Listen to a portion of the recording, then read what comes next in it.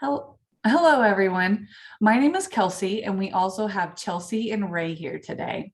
We are Pod One, and we will be discussing sugar sweetened beverage tax from an opposing point of view. First, I just wanted to go over some key terms. SSB is sugar sweetened beverages, UPF, ultra processed foods, NCD, non-communicable diseases, and SES, social economic status.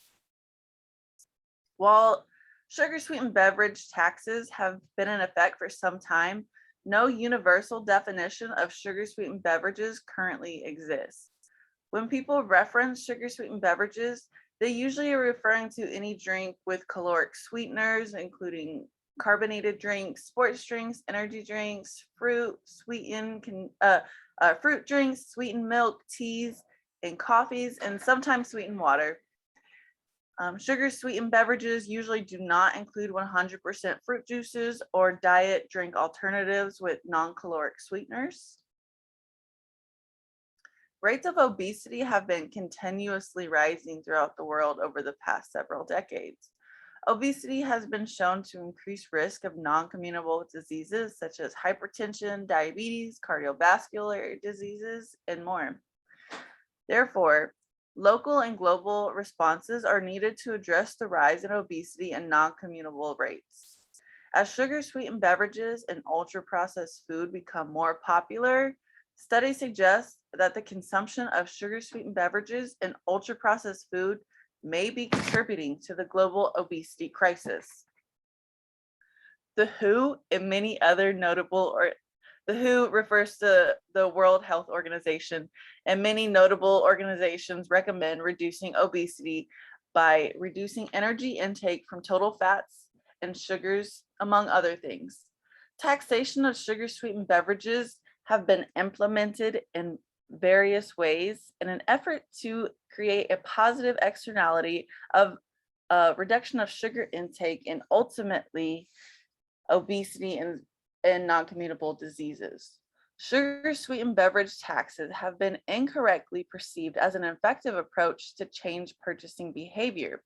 Because of this misconception, ultra-processed food taxation is now being discussed as a way to alter ultra-processed food purchases and reduce their intake.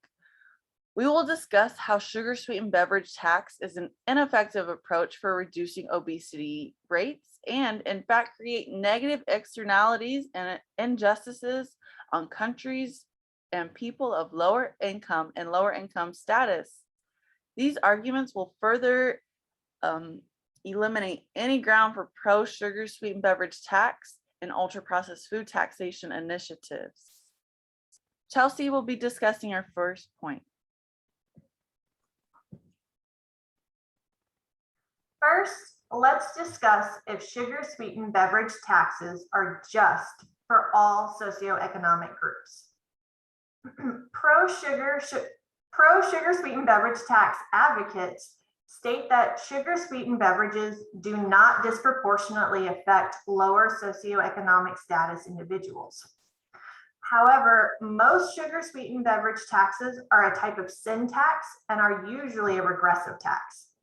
According to the United States Internal Revenue Service, a regressive tax results in lower income individuals paying a larger share of their income than those of higher income individuals. A study in Philadelphia, Pennsylvania, found that the average price for sugar-sweetened beverages was raised the most in stores that were located in neighborhoods that have a higher poverty rate, which displays the regressive nature of this tax. When looking at the issue globally, it is found that in lower income countries, which are typically disproportionately lower socioeconomic status groups, bear a higher burden of cost within those socioeconomic status groups, specifically in Guatemala and Nicaragua. When further examining Latin American countries, data from Mexico shows sugar-sweetened beverage intake decreased on average 9.1% for low socioeconomic status groups and even reached 17.4% by December 2014. In contrast, however, sugar sweetened beverage intake in middle and high socioeconomic status groups only decreased by 5.5 to 5.6%, thus implying low socioeconomic status groups are more disproportionately affected by this type of tax. A systematic review by Backholer et al. Found that sugar sweetened beverage taxes that were examined were financially regressive, making lower income households pay a greater proportion of their income in the additional tax. Pro-sugar sweetened beverage taxers also state that any disproportionate effect that these taxes have on lower socioeconomic status groups is mitigated by the tax revenue that goes into public health initiatives. The World Health Organization, however, reports there is little evidence showing that the funds earmarked for health, like the kind received from sugar sweetened beverage taxes, are used as promised. In Philadelphia, Pennsylvania, there were promises to fund a universal pre-kindergarten with the tax revenue collected from sugar sweetened beverages. However, less than a fourth of the $137 million collected were used as promised within the first 21 months. Therefore, lower socioeconomic status groups are bearing an additional unfair burden and do not always receive the benefits associated with these types of public health problems. Furthermore, many countries prioritize sugar sweetened beverage tax as revenue first and public health second, therefore setting up ineffective public health initiatives that are destined to fail.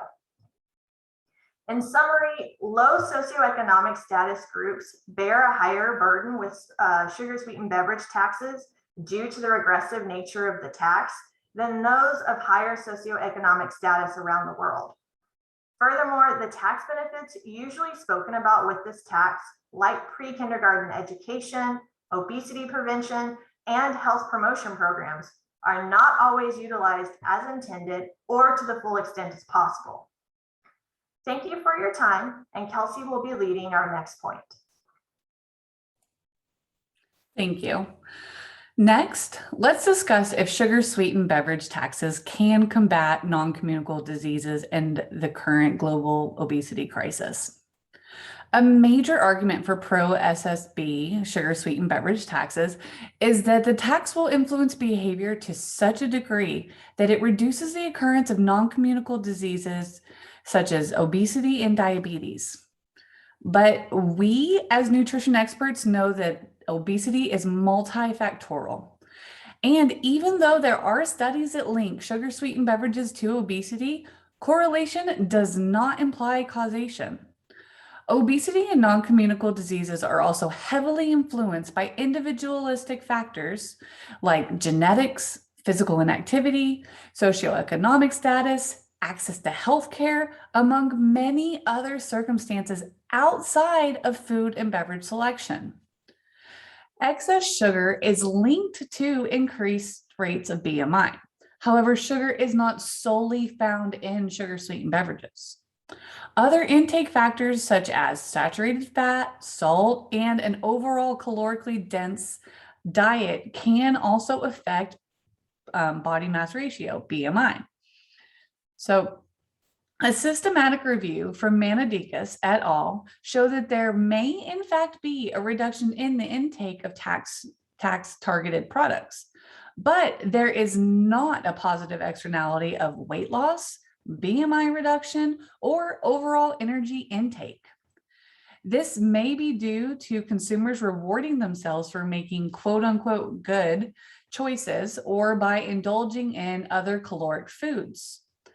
A health halo may also lead to other consumptions or overconsumption of low sugar or low fat drinks like fruit juices and milk that still have a caloric content. Also, something to not be overlooked is that people are resourceful. Research surrounding Berkeley, California, and Philadelphia, Pennsylvania show that taxed counties did decrease in soda sales. However, sales increased in neighboring counties. They also found there was no reduction in sugar sweetened beverage consumption or the type of sugar sweetened beverage consumed, meaning there was no switch to a lower or no sugar option. And the same thing happened in Denmark. An aggressive saturated fat tax was implemented and unanimously removed within a year and a half. Danes started traveling to Switzerland and Germany to purchase desired foods. Danish surveys showed minor changes in saturated fat intake and minor changes in dietary cholesterol intake. There was also a potential increase in cardiovascular disease risk because salt intake increased and fruit and fiber intake decreased in some age groups and genders. The tax was so detrimental that the Danish never implemented a planned follow-up sugar tax. The 2013 to 2020 World Health Assembly Global Non-Communicable Disease Action Plan has the World Health Organization ranking taxing sugar-sweetened beverages as one of the weaker recommendations to reduce sugar consumption. In February 2018, the World Health Organization furthermore underlined that overall, the evidence indicates that if we are to reduce the risk of diet-related non-communicable diseases, it would be better altering overall diet rather than focusing on the consumption of an individual food item. Thus, the relative healthfulness of any nutrient needs to be judged in the context of the entire diet. Pro-tax supporters also tout that taxes worked for the reduction of smoking. Therefore, it would work for reducing obesity as well. But sugar-sweetened beverage taxes and tobacco sin taxes are not the same thing. Smoking taxes were a small factor in a massive anti-smoking campaign that was multi-sectoral and a full comprehensive approach. It included educational campaigns, altered labeling and packaging, among many other things. It was an all-out war that we simply do not have against sugar-sweetened beverages. Also, smoking was specifically linked to life-threatening complications such as lung cancer and death. The sugar-sweetened beverage industry has a history of intervening with these taxes, and their interference is more successful than tobacco was because of the less defined causation of obesity and the versatility of sugar in many other foods. The sugar-sweetened beverage industry has spent over $100 million in anti-tax campaigns since 2009. So not only do they outfund pro-tax initiatives, they outmarket them, they out-advertise them, and they aim to integrate themselves into cultural experiences like advertising at sports games. A much larger and comprehensive approach must be taken to address obesity and non-communicable diseases. Rather than defaulting to a tax that the sugar-sweetened beverage industry already knows how to circumvent. So in summary, sugar-sweetened beverage taxes are an inefficient way to address the obesity and non-communicable disease issues our world faces today. Obesity is influenced by many factors outside of sugar-sweetened beverage and processed foods. Even the World Health Organization states little effectiveness on sugar-sweetened beverages reducing sugar consumption. Modeling other sin taxes is not a globally effective way to address our current issues. And as Chelsea previously mentioned, earmarks also do not support health initiatives that would impact obesity and non-communicable disease. Thank you for your time, and Ray will be leading our next point. Our last point is that taxation to sugar-sweetened beverages and ultra-processed foods is an inappropriate government approach. A pro-tax supporter could argue that sugar-sweetened beverages and ultra-processed foods are addictive and require government regulation. However, evidence does show that sugar-sweetened beverages and ultra-processed foods can be addictive, but research also demonstrates that these food addictions are uniquely different from substances such as tobacco and alcohol addictions. Although it is difficult to make major comparisons between food and substance addictions, a commonality between all addictions is a pattern of excessive and impulsive behavior. In 2020, the Academy of Nutrition and Dietetics published a systematic review of randomized controlled trials that looked at the most effective individual approaches to positive health outcomes. The research found that practices that utilize behavior change theory frameworks, such as the social cognitive theory, were the most impactful tools for behavior change. So, a question that might arise from this evidence is, how can we ensure all people suffering from possible food and eating addictions are receiving the support that they need to overcome it? As Kelsey discussed earlier, if individuals are unable to obtain soda due to taxes, they might continue the same eating pattern, but with other food options, or they might even travel to get the same food options. Pro-tax supporters may also suggest that taxation will alter corporate behavior. While there is some evidence that taxation motivates companies to reformulate their products to contain less sugar, taxation is not a sustainable approach to rely on. This is evident by the repeal of the Mexican sugar-sweetened beverage tax. Taxations fail because industries have so much legal and financial power that they ultimately motivate governments to repeal policies due to company profit loss and violations of the company's constitutional rights. Policies need to work with the individual to promote behavioral changes, and policies also need to motivate industries to create profitable products of higher nutritional standards. Some positive government approaches that could promote ingenuity would be financial incentives and tax breaks that would reward companies who produce healthier products and are just overall more innovative. The final argument that a pro-taxer could make is that taxation will strengthen the economy through increased revenues. In addition to what Kelsey has mentioned earlier, the Denmark tax on saturated food ultimately caused inflation within the economy. This negative externality occurred because of the impact it had on manufacturing and labor. These taxed foods, which were a staple item, became virtually inaccessible to consumers, which led to Danes traveling outside of the country to purchase their desired products. This damaged international trade and destabilized Denmark's economy. In summary, a tax on the consumer is not the correct government approach to handle addiction, and it is not how we should regulate monopolies of this nature. For industries to create profitable products of higher nutritional value, sectors must work together to create a solution. From researchers to chefs, dietitians, and food scientists, we all need to come together to help guide industries and individuals. By doing this, we'll keep everyone up to speed with current health and nutritional knowledge.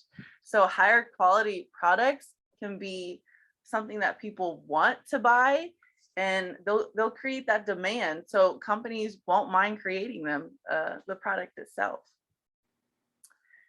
Now we're going to proceed into our concluding statement.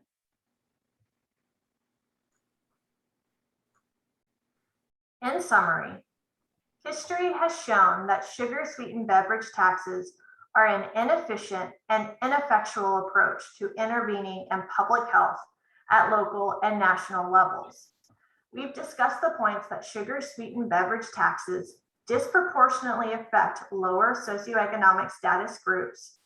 Additionally, we address how sugar-sweetened beverage taxes are ineffective at reducing the obesity crisis, and governments lack the infrastructure and political will to properly enact these types of taxes for the greater good. We firmly agree that the world needs to address the global obesity rate and non-communicable disease occurrences. We believe that a much larger, comprehensive approach must be taken so that the pushback from monopolies are silenced and health benefits can occur through all areas of the world, regardless of country income and rural or urban settings. Thank you for your time and for watching us, and we look forward to watching your video. Thanks.